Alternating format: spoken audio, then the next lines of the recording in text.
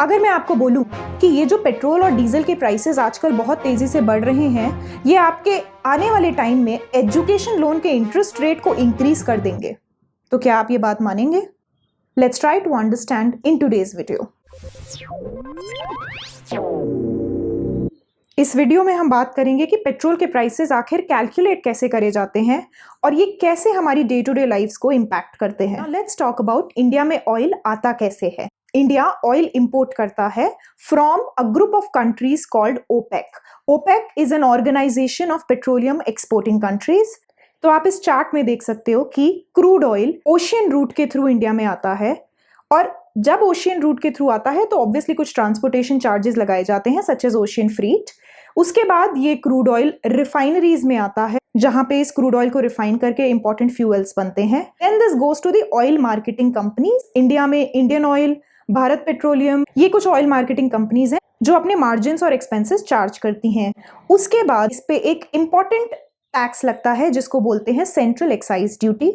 इस टैक्स से जितना भी रेवेन्यू कलेक्ट होता है ये सेंट्रल गवर्नमेंट के पास जाता है। From here there is also a charge which is kept by the dealers which are mainly the retail dealers, जो पेट्रोल पंप्स जो फर्दर पेट्रोल सप्लाई करते हैं वो भी एक चार्ज रखते हैं। उसके बाद इस पेट्रोल को अलग अलग स्टेट्स में डिस्ट्रीब्यूट करा जाता है। जब ये अलग अलग स्टेट्स में एंटर करता है तो इस पे एक और टैक्स लगता है which is called as VAT, value added tax. Now please note that the value added tax is different in different states, whereas the excise duty जो कि एक स्टेप पहले लगा था ये सेंट्रल लेवल पे लगता है, इसलिए ये पूरी कंट्री के लिए कॉमन होता है। State VAT is different for each state, और इसीलिए आप नोटिस करोगे कि हर स्टेट में पेट्रोल का प्राइसेस अलग अलग होते हैं because of the different taxes that are charge by the state. And after this जो भी प्राइस कैलकुलेट करी जाती है that is the retail price जो कि हम जैसे कंज्यूमर्स पे करते हैं। नाउ इंडिया जिस प्राइस पे क्रूड ऑयल को इंपोर्ट करता है उसका एक बेंचमार्क है which is called as Brent crude, जो इंडिया फॉलो करता है, and that price is almost about 56.32 rupees per litre. Now you will have a question in your mind कि हम 100 रुपए से ज्यादा क्यों पे कर रहे हैं। उसके लिए हमें समझना पड़ेगा कि पेट्रोल के रिटेल प्राइसेस कैसे कैलकुलेट करे जाते हैं। फ्रॉम दिस टैबुलर एग्जांपल हम समझ सकते हैं कि पेट्रोल के प्राइसेस कैसे कैलकुलेट करे जाते हैं।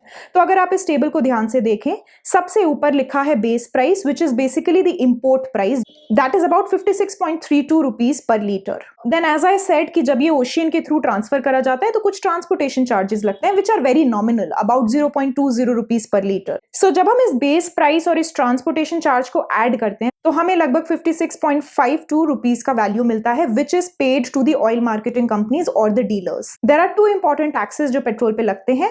One is the central excise duty which is about 27.90 per litre, and then there is a state VAT जो कि हर स्टेट का अलग है। यहाँ पे हमने एक एवरेज वैट लिया है which is about 17 rupees. There is also a dealer commission which is basically the retail dealer commission जो कि पेट्रोल पंप्स एटसेट्रा चार्ज करते हैं which is about 3.86 rupees per litre. Now इन सारे चार्जेस को जब आप ऐड करोगे तो आपको फाइनल प्राइस मिलता है which is about 105 rupees per litre.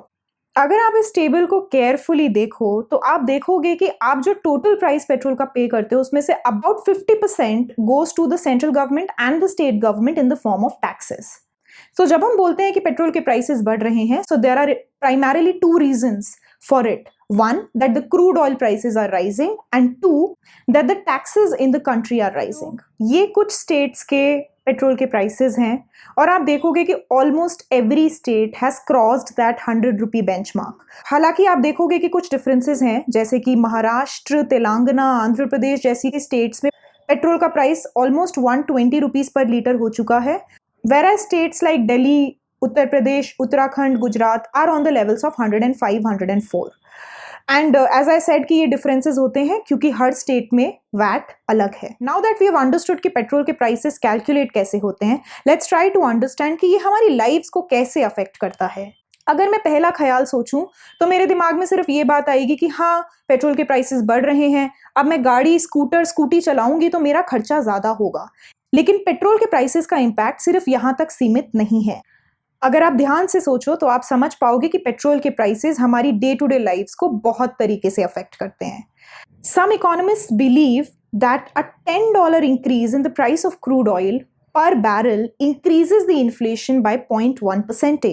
Increasing petrol prices are increasing inflation in the economy. ये एक चार्ट है जो इकोनॉमिक सर्वे 21-22 में पब्लिश हुआ था, जो बेसिकली दो टाइप के इन्फ्लेशंस डिपिक्ट कर रहा है। एक है रिफाइंड कोर इन्फ्लेशन और एक है रिटेल कोर इन्फ्लेशन। इंडिया में इन्फ्लेशन अलग अलग इंडाइसेस को यूज करके कैलकुलेट करा जाता है, जैसे कि consumer price index, wholesale price index. यहाँ पे इस चार्ट में रिफाइंड कोर इन्फ्लेशन वो इन्फ्लेशन है जिसमें से फ्यूल का प्राइस हटा दिया गया है। अब आप देखोगे कि in the last year the difference between the retail and the refined core inflation has increased. अगर हम अपने रिटेल इन्फ्लेशन में से फ्यूल के प्राइसेस जैसे कि पेट्रोल और डीजल के प्राइसेस को हटा दें तो इन्फ्लेशन कम है। तो ये बात समझ में आ रही है कि जो हमारा इन्फ्लेशन कंसिस्टेंटली इंक्रीज हो रहा है उसमें एक मेजर कॉन्ट्रीब्यूटर है पेट्रोल और डीजल के प्राइसेस। अब इन्फ्लेशन हमारी इकोनॉमी को कैसे अफेक्ट करता है?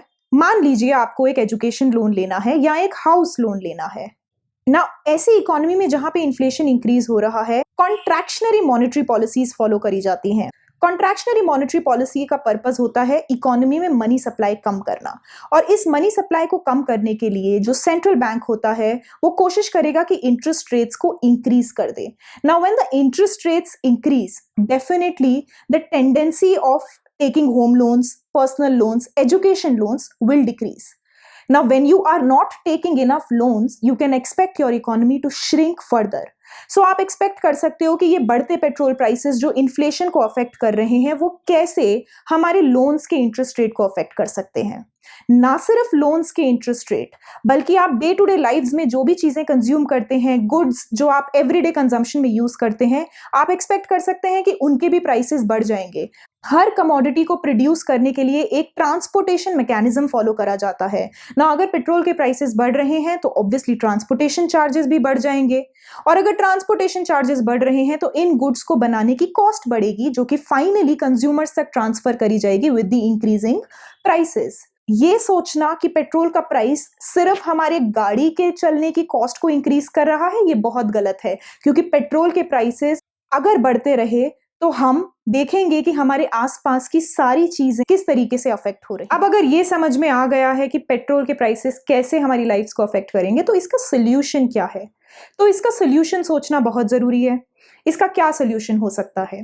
पहला सोल्यूशन, अभी तक पेट्रोल जीएसटी के परव्यू में नहीं आया है, जिस वजह से हर स्टेट के पास अथॉरिटी है अपना एक अलग टैक्स रेट इंपोज करने का। तो पहला सोल्यूशन हो सकता है हम इस फ्यूल को जीएसटी के परव्यू के अंडर लाएं। दूसरा सोल्यूशन हो सकता है एक परफेक्ट एनर्जी ट्रांजिशन मैकेनिज्म को फॉलो करना। आपने इलेक्ट्रिक व्हीकल्स का नाम सुना ही होगा। अगर हम अपना पेट्रोल का कंजम्पशन ही खत्म कर दें और हम ऐसे ऑल्टरनेटिव्स पे मूव करें जो कि इन फ्यूल्स को यूज नहीं करता है, तो भी हम शायद इस इंक्रीजिंग पेट्रोल प्राइसेस के बर्डन से बच सकते हैं। Well, this is a major problem for the economy today and we really need to think for the solutions about it. I hope ये वीडियो आपको यूजफुल लगा हो और आपको समझ में आया हो कि एग्जैक्टली पेट्रोल प्राइसेस कैसे कैलकुलेट करे जाते हैं इंडिया में, और इन तेजी से बढ़ते पेट्रोल और डीजल के प्राइसेस से कैसे हमारी लाइफ अफेक्ट होती है। अगर आपको ये वीडियो पसंद आई है, so do let us know in the comment section below. Like करें वीडियो को and definitely become our subscriber and keep learning.